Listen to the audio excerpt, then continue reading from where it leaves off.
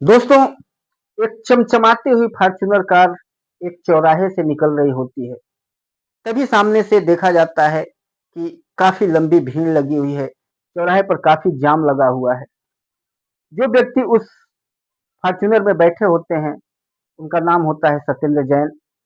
सत्येंद्र जैन अपने ड्राइवर से कहते हैं कि भाई, क्यों जल्दीबाजी कर रहे हो? सामने देखो, सामने कितना लंबा जाम लगा हुआ है। गाड़ी को रोक लो यहीं पर। कोई जल्दी नहीं है, आराम से चला जाएगा। जाम को खुलने दो। ड्राइवर जब बात सुनता है तो गाड़ी को वहीं पर रोक लेता है और जाम के खुलने का इंतजार करने लग जाता है। दोस्तों, जैसे ही गाड़ी रुकती है, वैसे ही तीन चार महिलाएं जो काफी गंदे कपड़े में फटे पुराने कपड़े में होती हैं, वो चौराहे पर भाग करके आती हैं और उस गाड़ी के सामने आकर के और भीख मांगने लग जाती हैं। दोस्तों, वो सभी गाड़ियों से वहां पर मांग रही होती हैं और फिर सत्येंद्र जैन के गाड़ी के पास आती हैं और तीनों चारों औरतें उनसे मांगती हैं। जैसे ही वो औरतें आती हैं, सत्येंद्र जैन काफी अच्छे इंसान होते हैं, काफी दिल के नेक इंसान होते हैं। वो तुरंत अपने पर्स से पैसे निकालते हैं और 100-100 रुपए उन सारी तीनों चारों महिलाओं को पकड़ा देते हैं। तभी जाम खुलने जाम खुल जाता है और गाड़ियां आगे बढ़ जाती हैं। ड्राइवर अपनी गाड़ी को आगे बढ़ाने वाला ही होता है कि उसी समय एक और महिला फटे पुराने कपड़े में, गंदी से कपड़े में भाग करके शीशे के पास आती है और शीशे के ऊपर अपने हाथों से ठोकर मारना शुरू करती है और कहती है, जोर जोर से आवाज लगाती है कि साहब, आपने मुझे तो कुछ भी नहीं दिया, मुझे भी कुछ दे दो। जब सत्येंद्र जैन ये आवाज सुनते हैं तो ड्राइवर को कहते हैं, रुक जाओ एक सेकंड के लिए। ड्राइवर रुक जाता है और फिर वो शीशे के अंदर से ही जब उस महिला की तरफ देखते हैं, तो ऐसा लगता है कि उस महिला को वो पहचानते हैं, उसे जानते हैं। उस महिला के साथ कोई उनका पुराना रिश्ता है। वो तुरंत शीशे को नीचे करते हैं और कहते हैं कि तुम तुम यहाँ कैसे? तुम यहाँ क्या कर रही हो? दोस्तों, कौन थी ये महिला? क्या रिश्ता था सत्येंद्र जैन से? इस भिखारन का और एक इस करोड़पति व्यक्ति का कौन सा रिलेशन था? कैसे ये पहचानते थे? महिला भी जब उनको देखती है उनके तरफ तो कहती है, आप सत्येंद्र हो ना? सत्येंद्र जैन कहते हैं, हाँ मैं सत्येंद्र ही हूँ। तो फिर ये दोनों एक दूसरे को कैसे जानते थे? कैसे एक दूसरे को पहचानते थे? बहुत ही मार्मिक घटना है दोस्तों। दोस्तों, बहुत ही रोमांचक और दिल को छू जाने वाली कहानी है ये। आइए जानते हैं इस पूरी कहानी को इस वीडियो के माध्यम से। वीडियो को शुरू करूं उससे पहले मेरा बस वही एक छोटा सा निवेदन, वही एक छोटी सी विनती कि अगर आप इस चैनल पे नए आए होंगे तो कृपया चैनल को सब्सक्राइब कर लीजिएगा, वीडियो को लाइक कर दीजिएगा और अपने दोस्तों को शेयर कर दीजिएगा। दोस्तों, तारीख होता है 15 अगस्त 2015 का। उत्तर प्रदेश में एक जिला पड़ता है कन्नौज और कन्नौज का एक जगह पड़ता है छिबरामऊ। जो अभी मैं स्टार्टिंग में बताया था कि जहां पर जिस चौराहे पर ट्रैफिक जाम लगा हुआ था, जहां पर वो गाड़ी रुकी थी सत्येंद्र जैन की, वो छिबरामऊ चौराहा ही था। छिबरामऊ चौराहे पर जब वो महिला मिलती है और उसको जब सत्येंद्र जैन पहचान जाते हैं और वो महिला भी जब इनको पहचान जाती है, ये दोनों कोई और नहीं थे। वो महिला सत्येंद्र जैन की तलाकशुदा पत्नी थी, जिसे इन्होंने 3 साल पहले तलाक दे दिया था। दोस्तों, जैसे ही सत्येंद्र जैन उस महिला को देखते हैं, उसका नाम होता है रूबी, और रूबी को कहते हैं कि तुम यहाँ कैसे? यहाँ क्या कर रही हो तुम? तुम्हें तो मैंने तलाक के टाइम पर 40 लाख रुपए दिए थे और तुम आज यहाँ पर कैसे भीख मांग रही हो? वो महिला कहती है कि सब कुछ मैं आपको बताऊंगी। महिला काफी रुआसी हो जाती है, उसकी आंखों से आंसू बहने लग जाते हैं। वो कहती है कि मैं सब कुछ आपको बताऊंगी, लेकिन थोड़ा सा समय दे दीजिए हमको। सत्येंद्र जैन ड्राइवर से कहते हैं कि पीछे वाले गेट खोल दो, और रूबी को कहते हैं कि आ जाओ, तुम गाड़ी में बैठ जाओ। रूबी आ जाती है और पीछे सीट पर बैठ जाती है। जैसे ही वो पीछे वाली सीट पर बैठती है, वहां पर जितनी महिलाएं और जो भीख मांग रही थी उस चौराहे पर, और बाकी जो दुकान वाले होते हैं, बाकी जो जेंट्स मांगने वाले और काम करने वाले रेहड़ी पटरी वाले होते हैं, सब जब इसके तरफ देखते हैं कि एक भीख मांगने वाली औरत और एक फॉर्च्यूनर में बैठा इतना बड़ा आदमी इतने देर से बात कर रहा है, और उसके बाद उस महिला को अंदर बैठा लिया, मतलब कुछ न कुछ गलत इसके साथ करने वाला है। इस महिला के साथ या तो जबरदस्ती कर रहा है या तो कुछ और करना चाहता है। जब बाकी लोग यही सोच लेते हैं, सब वहां पर इकट्ठा होने लग जाते हैं और उस गाड़ी के पास पहुंच जाते हैं। तो रूबी समझ जाती है कि ये लोग कुछ गलत सोच रहे हैं, और सत्येंद्र जैन भी समझ जाते हैं कि अब ये लोग इकट्ठा हो रहे हैं, ये सोच रहे हैं कि इस महिला को ये आदमी उठा करके ले जा रहा है, कुछ इसके साथ गलत करना चाहता है। तभी रूबी गेट को खोलती है और बाहर निकलती है और कहती है, ये सत्येंद्र जैन है और ये मेरे तलाकशुदा पति हैं। 3 साल पहले हम दोनों का तलाक हो गया था। ये मुझे कहीं जबरदस्ती नहीं लेकर के जा रहे हैं, बल्कि मैं खुशी खुशी इनके साथ जा रही हूँ। दोस्तों, जब बाकी लोग, बाकी महिलाएं और वहां पर जितने भी पुरुष थे, सब जब इस बात को सुनते हैं तो सब लोग अपने अपने काम में चले जाते हैं, वहां से हट जाते हैं, और फिर वहां से सत्येंद्र जैन ड्राइवर को कहते हैं कि चलो गाड़ी स्टार्ट करो। ड्राइवर गाड़ी स्टार्ट करता है और कहते हैं कि इस चलो किसी अच्छे होटल में लेकर के चलो पहले।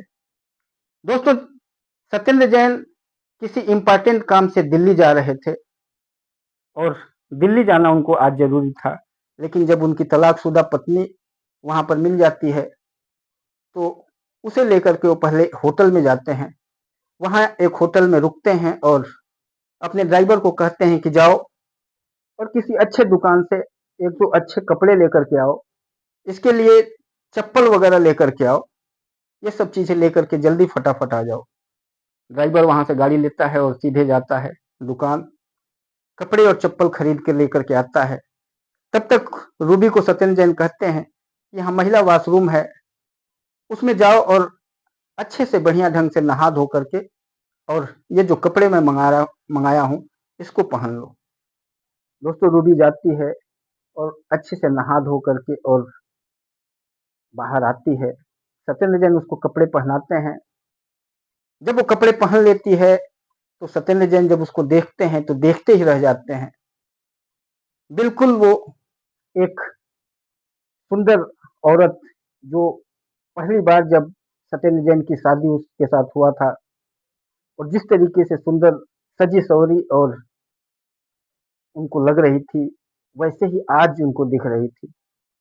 उसको देखने के बाद काफी देर तक सत्येंद्र जैन उसको देखते ही रह जाते हैं और सोचते हैं कि कुछ भी नहीं इसका अभी तक बिगड़ा है, ये आज भी वैसे ही पाक साफ है, और आज भी वो ऐसे ही सुंदर है, दिल से भी सुंदर है, और बाहरी भी सुंदरता उसकी वैसे की वैसे ही है। उसके बाद रूबी से कहते हैं कि कुछ खा पी लो, होटल से मंगाते हैं अच्छी अच्छी चीजें, रूबी को खिलाते हैं। उसे उसके बाद कहते हैं, देखो मुझे किसी इम्पोर्टेंट काम से आज दिल्ली जाना है, मैं दिल्ली जा रहा हूँ, और दिल्ली से मैं वापस आकर के तुमसे मिलता हूँ। तुम कहाँ रहती हो, अपना एड्रेस बता दो। रूबी सत्येंद्र जैन को अपना, जहां पर भी जिस झोपड़ी में रह रही थी, उसका एड्रेस बता देती है, और फिर सत्येंद्र जैन वहां से ड्राइवर को कहते हैं कि चलो दिल्ली के लिए निकलते हैं, और ड्राइवर और सत्येंद्र जैन दिल्ली के लिए निकल जाते हैं।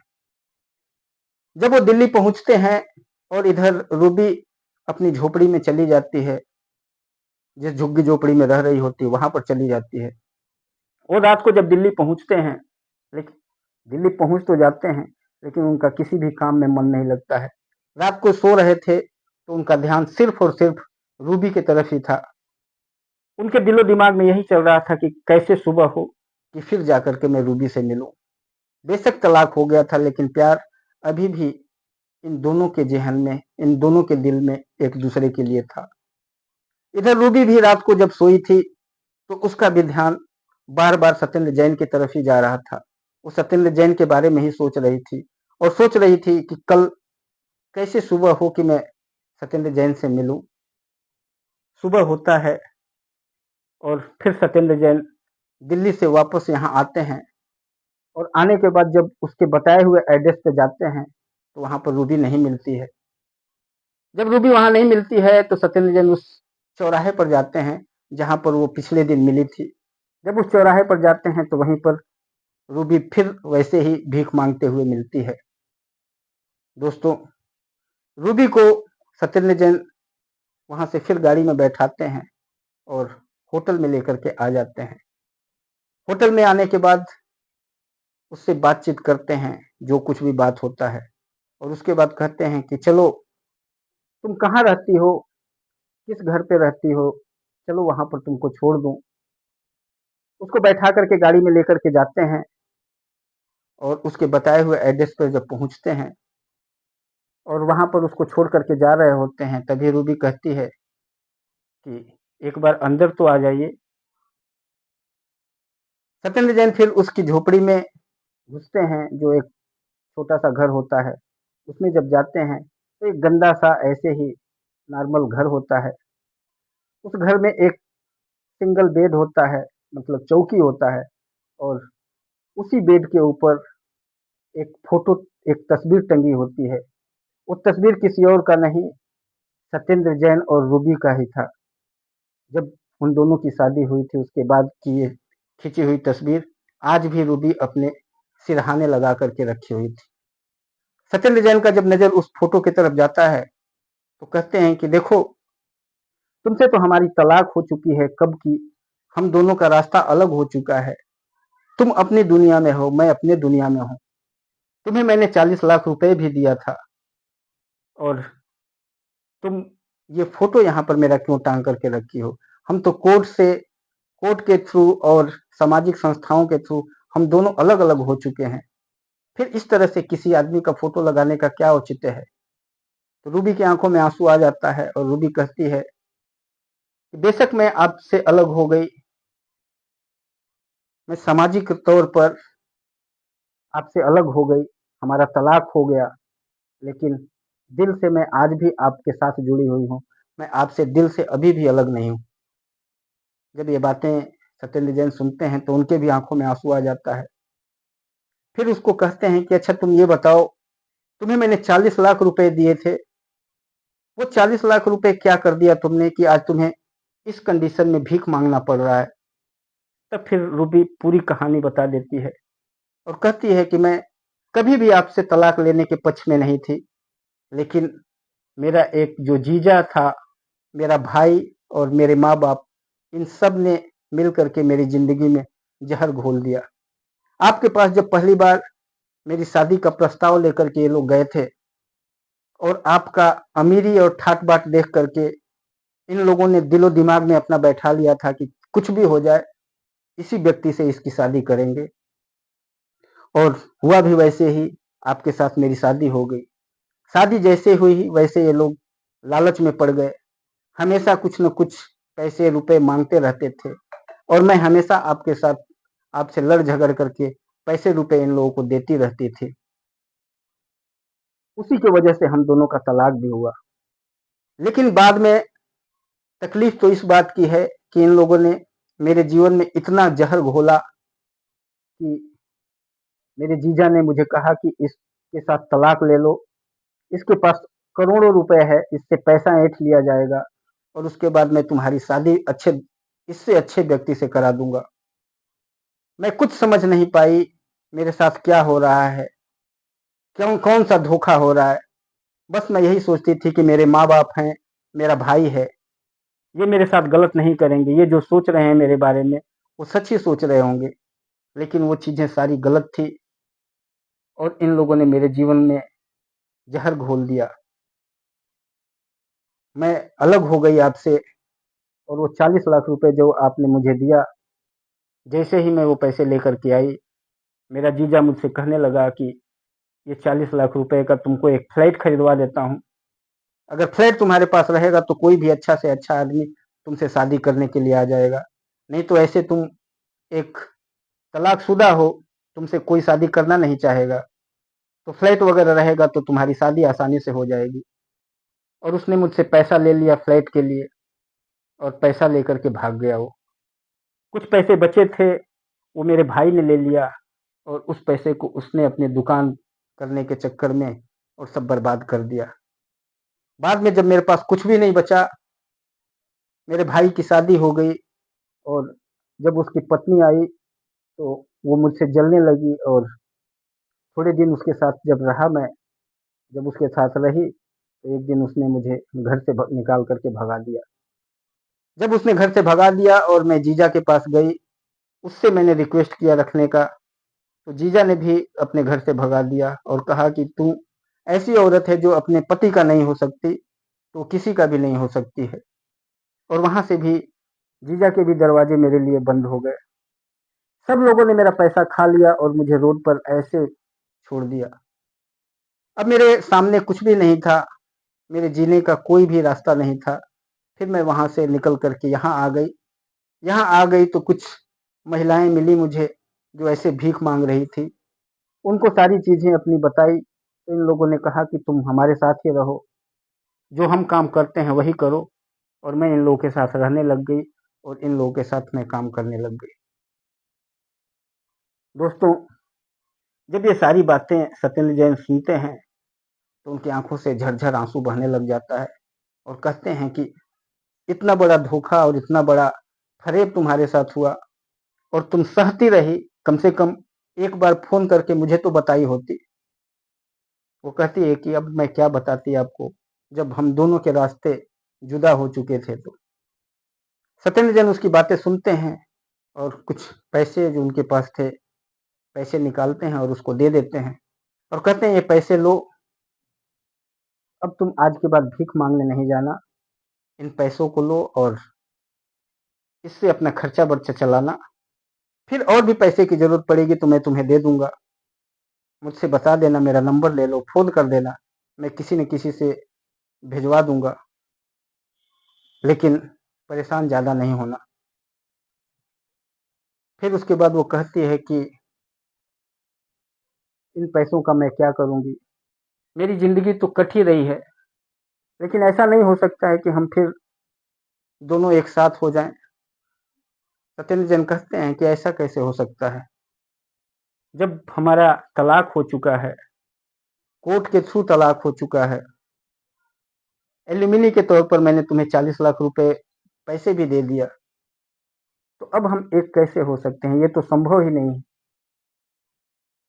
जैसे ही ये कहते हैं और कहने के बाद फिर वो पीछे मुड़ जाते हैं और कहते हैं मैं जा रहा हूं, तुम अपना इन पैसों से काम करना, जरूरत पड़ेगी तो पैसे मेरे से मंगा लेना।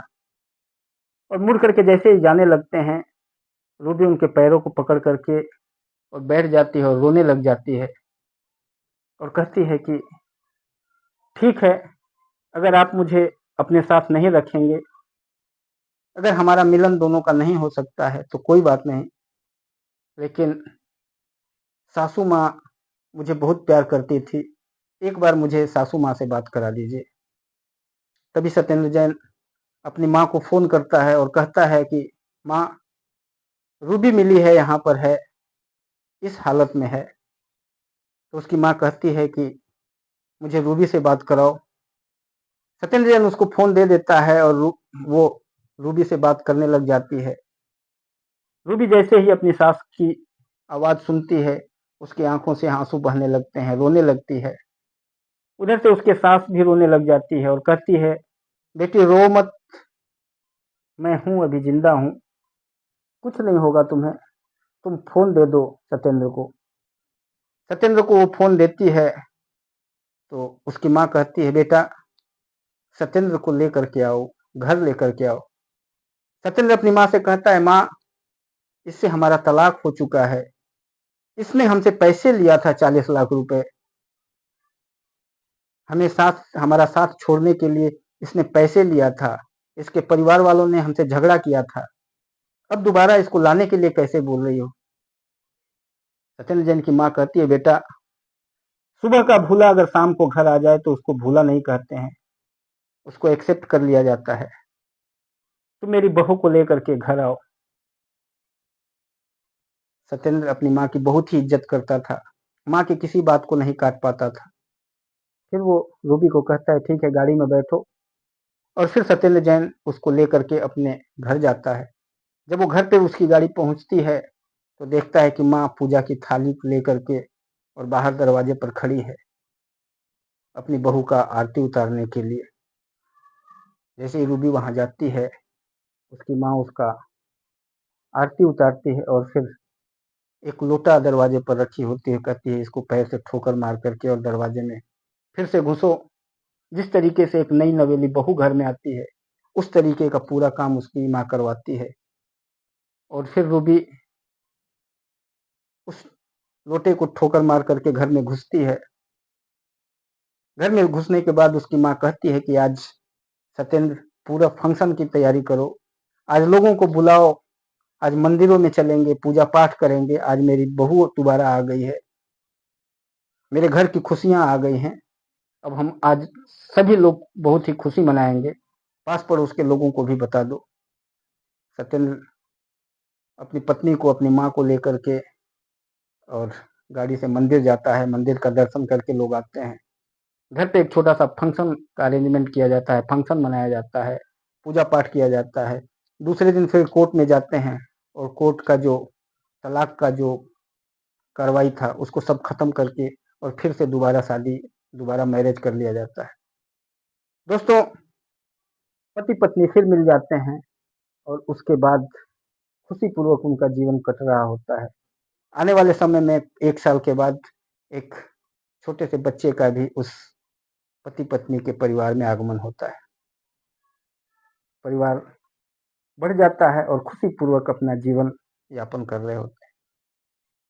दोस्तों, कैसी लगी ये कहानी आपको? अगर स्टोरी अच्छी लगी होगी तो लाइक कर दीजिएगा और एक प्यारा सा कमेंट जरूर करिएगा। फिर मिलेंगे किसी और वीडियो में, तब तक के लिए नमस्कार।